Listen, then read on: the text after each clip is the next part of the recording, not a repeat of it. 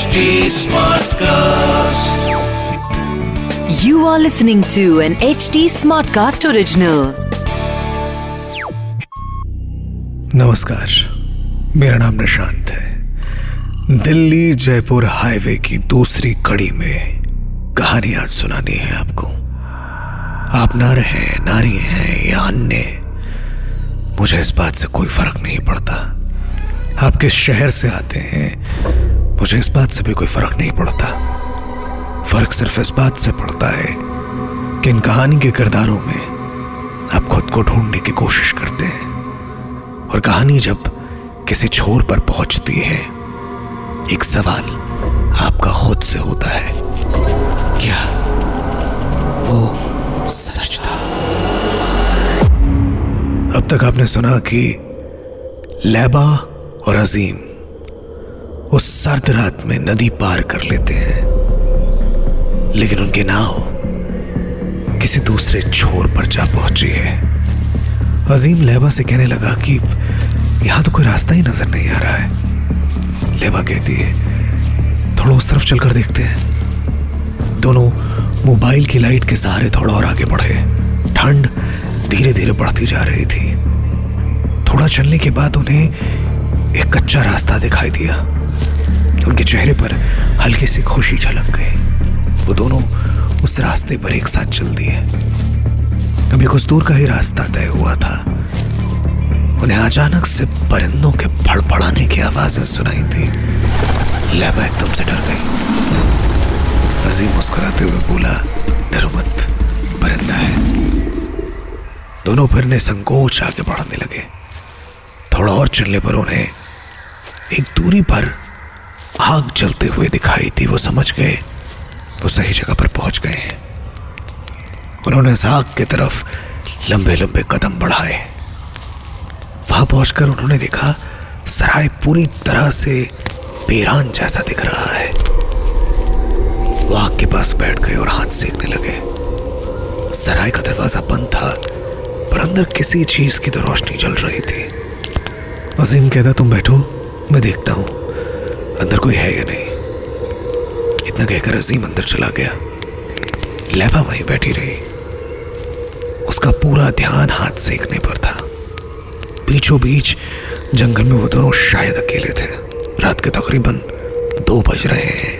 धुंध और सर्दी बढ़ती चली जा रही है। लैबा चुपचाप हाथ सेक रही थी। तभी अचानक से किसी के चलने की आवाज ठीक उसके पीछे से आई। उसने पहले सोचा शायद ये उसका भ्रम है, पर आहिस्ता आहिस्ता किसी की परछाई उसके सामने आ गई। उसने हल्के से गर्दन मोड़कर देखा तो परछाई सचमुच किसी इंसान की थी। उसने एक झटके से मुड़कर देखा तो पीछे कोई नहीं था। वो बहुत डर गई और दौड़ते हांफते अजीम के पास चली गई। उसके चेहरे पर इस तरह का डर देखकर अजीम घबरा गया। क्या हुआ, इतना क्यों हाँफ रही हो? लैबा ने कहा कि मुझे अभी लगा कि कोई मेरे पीछे खड़ा है। लैबा ने अपने सांस रोककर ये बात कही थी। अरे कुछ नहीं, वो कोहरा इतना पड़ रहा है ना, अभी मुझे भी लगा था ऐसा ही कि अंदर कोई है, पर मैंने सब जगह देख लिया, अंदर कोई नहीं, एक परिंदा भी नहीं है।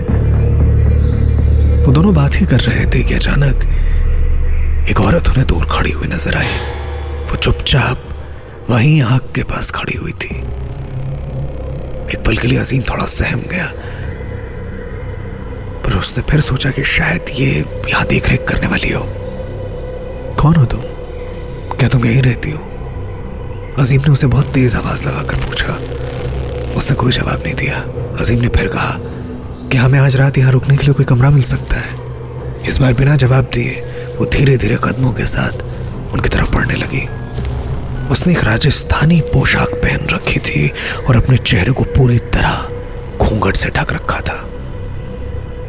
वो चुपचाप आकर उनके ठीक सामने खड़ी हो गई और बोली, आप लोग अंदर चलिए, मैं कमरा दिखा देती हूं आप लोगों का।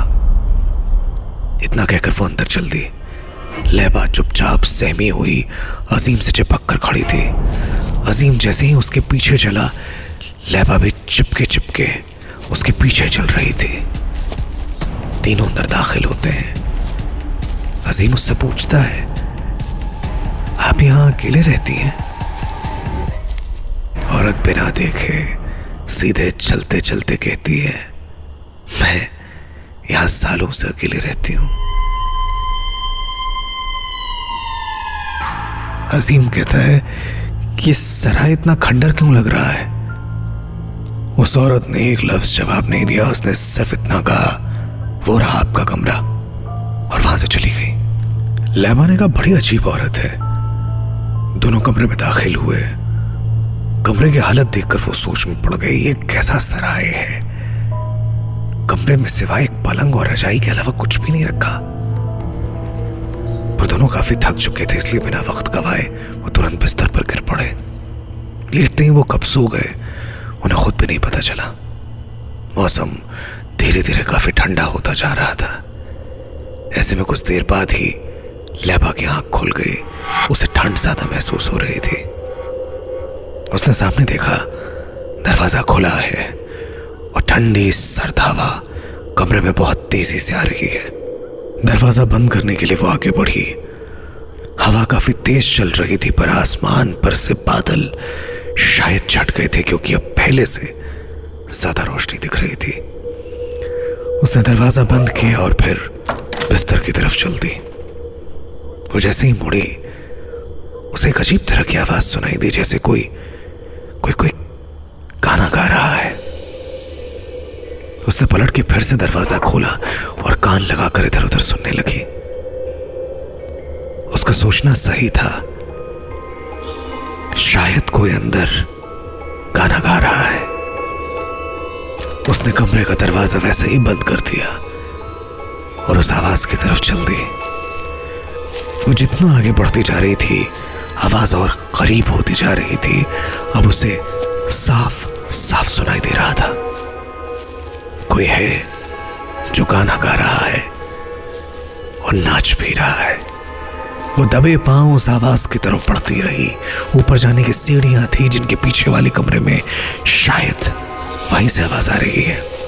वो चुपचाप सीढ़ियों के पीछे वाले कमरे में पहुंची।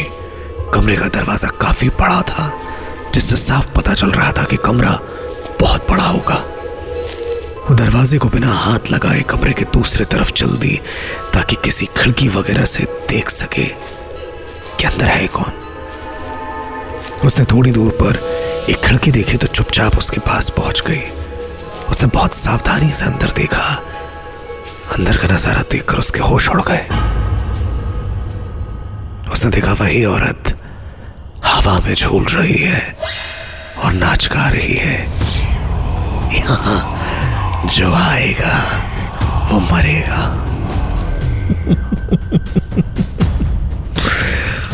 वो औरत खुद से नाच नाच कर बातें कर रही थी। उसको देखते ही लैबा समझ गई ये कोई औरत नहीं है, कोई चुड़ैल है।